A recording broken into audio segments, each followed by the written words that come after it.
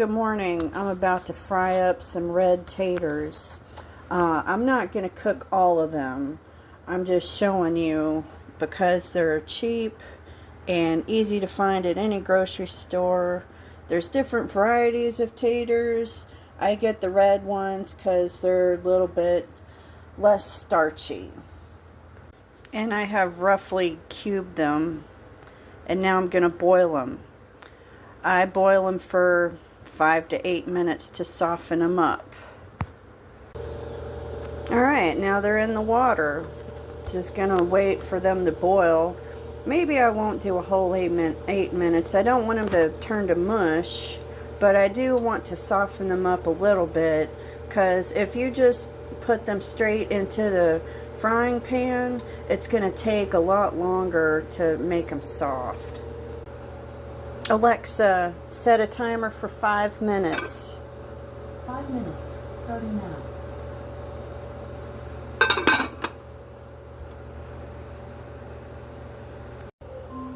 It's already been 5 minutes. Alexa, stop the timer. Yeah, I turned it down. Anyways, let's turn it off, and I'm debating whether or not to pour out the hot water right now. I'm going to let it cool off a minute. And now I drained them, drained the water off, and they're just sitting there hanging out. It's not hot. And over here I've got my little frying pan out. I haven't turned the heat on yet, but I put about a tablespoon of butter and just a blob of bacon grease. You can use other oils. I've got olive oil, that works fine. I avoid, the seed oils, vegetable oil, but if that's what you got and if that's what you use, that'll work too. You want enough to coat all the parts of the little taters, and that's why I cube it like that, and I leave the skin on. That way all the sides will take on the fried flavor. So with more surface area, there's more opportunities for the surface to fry, and it's tastier that way. And now my little skillet is heating up. I've got it on high. I'm going to turn the heat down so I don't make a mess. And then when this is all melted, I'll plop the taters in there carefully, because remember, they're still wet. I did let them air dry like that for just a few minutes. It didn't take long, but they are going to be wet. So here we go. I'll go ahead and show you what happens. I turn the heat down. This is careful. Alright, that wasn't too bad. Got one little tater in there. You know what I forgot? I forgot to chop some onion. I'll do that now. I've got the heat turned down. Spread it out. Give them a minute to fry. Yeah, I'm going to turn the heat back up, and then I'm going to turn it back down, because it's not really on high right now. I'm going back and forth between, should I fry them at a high temperature or a low temperature? Alright, I sliced off some onion from that onion I used yesterday on the beans. Alright, now I've got it going relatively high, not too high, about medium-high heat. Did a rough chop of some onion. It's a yellow onion. Sweet onion would go good here too. I'm not a fan of frying white onions or red onions. I like them raw. But the yellow onions sweeten up when you cook them. Alright, now's a good time to season. I'm going to use some garlic powder, and I'd use Tony Kachiri's, the Cajun seasoning, but I ran out. I'm not going to go too heavy with the salt because this butter is salted and the bacon grease is salted too.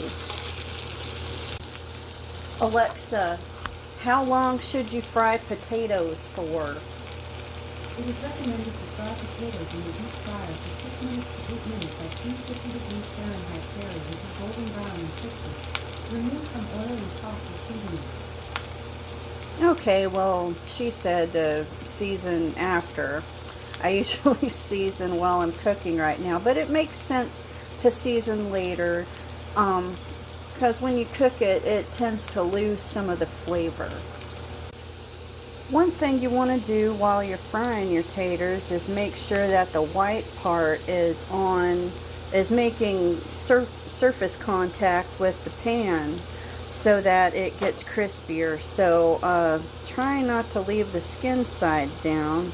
Try to arrange everything with the white parts down.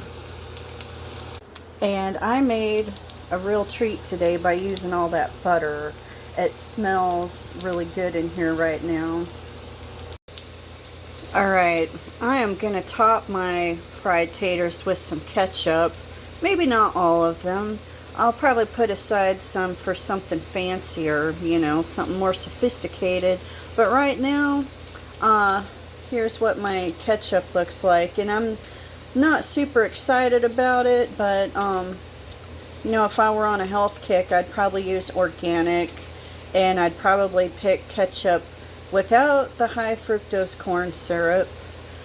And I'm sure I could find better than this, but I don't use it very often.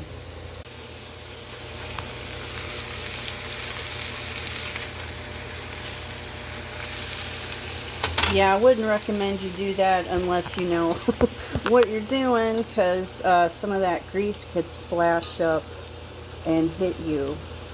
So, these pans are usually designed to be able to stir and flip food. I haven't used one yet that did not allow for that. Now they're starting to brown up. Alright, I seem to have found more white spots on top, and this has had time to brown, so try to get all the white spots down against the pan. Why am I making these videos? I think people have become too reliant on fast food and delivery services, and y'all need to learn how to cook for yourselves. Take care of yourselves better. Don't rely on any system to do it for you. Because in the end, it's all about you taking care of yourself. Get that flipped over. Yeah. It's hard to do things through a phone like this. I'm going to turn it back down and give it another flip. Alright, some of that is really brown. I'm going to turn off the heat. I used to make these all the time when I was babysitting for a family, and they would ask, can you make those little cut up taters? They were so yummy. And they're yummy.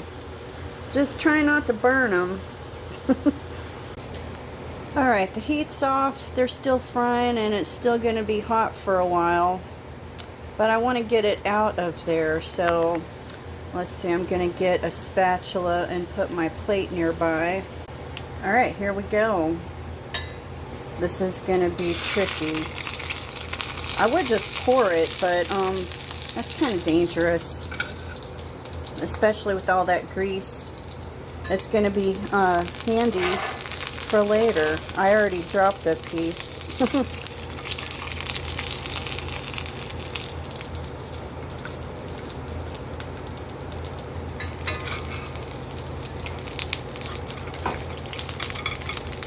Yeah, that grease is going to come in handy later for something else.